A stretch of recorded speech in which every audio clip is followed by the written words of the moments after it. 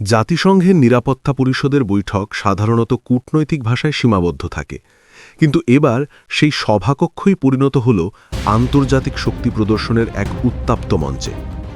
ইরানের চলমান অস্থিরতা ঘিরে ডাকা জরুরি বৈঠকে সরাসরি মুখোমুখি সংঘাতে জড়িয়ে পড়ে যুক্তরাষ্ট্র ও ইরান, যা নতুন করে মধ্যপ্রাচ্যে বড় ধরনের সংঘাতের আশঙ্কা উস্কে দিয়েছে। বৈঠকের শুরুতেই কঠোর অবস্থান নেন মার্কিন প্রতিনিধি।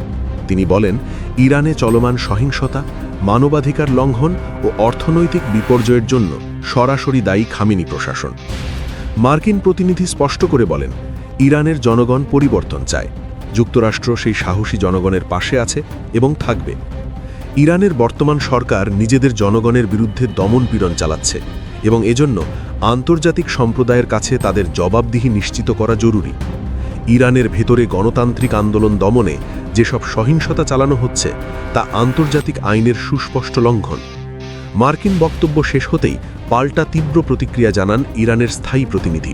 তিনি অভিযোগ করেন, ইরানের অভ্যন্তরীণ অস্থিরতার পেছনে যুক্তরাষ্ট্র ও তার মিত্রদের পরোক্ষ উস্কানি রয়েছে।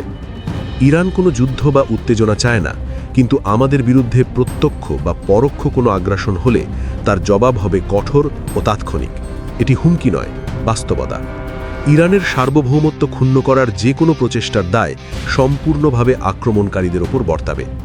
বৈঠকে রাশিয়া সরাসরি যুক্তরাষ্ট্র ও ইসরায়েলের বিরুদ্ধে অবস্থান নেয়। মস্কোর প্রতিনিধি বলেন, ওয়াশিংটনের সামরিক হুমকি এবং তেল আবিবের আগ্রাসী নীতি পুরো মধ্যপ্রাচ্যকে নতুন করে অস্থিতিশীল করে তুলছে। রাশিয়া ইসরায়েলকে চরমপন্থী শক্তি আখ্যা দিয়ে সতর্ক করে জানায়, 2025 সালের মতো আরেকটি বিপর্যয় যেন সৃষ্টি না হয়, সে দায়িত্ব আন্তর্জাতিক সম্প্রদায়কেই নিতে হবে। রাশিয়ার মতে ইরানের বিরুদ্ধে সামরিক শক্তি ব্যবহারের যে কোনো পরিকল্পনা জাতিসংঘ সনদের সরাসরি লঙ্ঘন। বৈঠকে ইরানের চলমান আন্দোলনে, সরকারি বাহিনীর অভিযানে বেসামরিক হতাহতের বিভিন্ন নথি ও প্রতিবেদন তুলে ধরা হয়। মানবাধিকার সংস্থাগুলির তথ্য অনুযায়ী সহিংসতা দমনের নামে নিরাপত্তা বাহিনী ব্যাপক শক্তি ব্যবহার করছে, যার ফলে শত শত সাধারণ মানুষ নিহত বা আহত হয়েছে। যুক্তরাষ্ট্র একদিকে ইরানের আন্দোলনকারীদের সমর্থনের কথা বলছে, অন্যদিকে ইরান স্পষ্ট করে দিয়েছে সামান্য আগ্রাসনও যুদ্ধের রূপ নিতে পারে। রাশিয়া ও চীনের অবস্থান যুক্তরাষ্ট্রের বিপক্ষে গেলে পরিস্থিতি আরও জটিল হয়ে উঠতে পারে। সব মিলিয়ে জাতিসংঘের এই জরুরি বৈঠক প্রমাণ করল, ইরানের সংকট আর শুধু অভ্যন্তরীণ বিষয় নয়, বরং এটি এখন বৈশ্বিক শক্তির নতুন সংঘাতের কেন্দ্রবিন্দুতে পরিণত হয়েছে।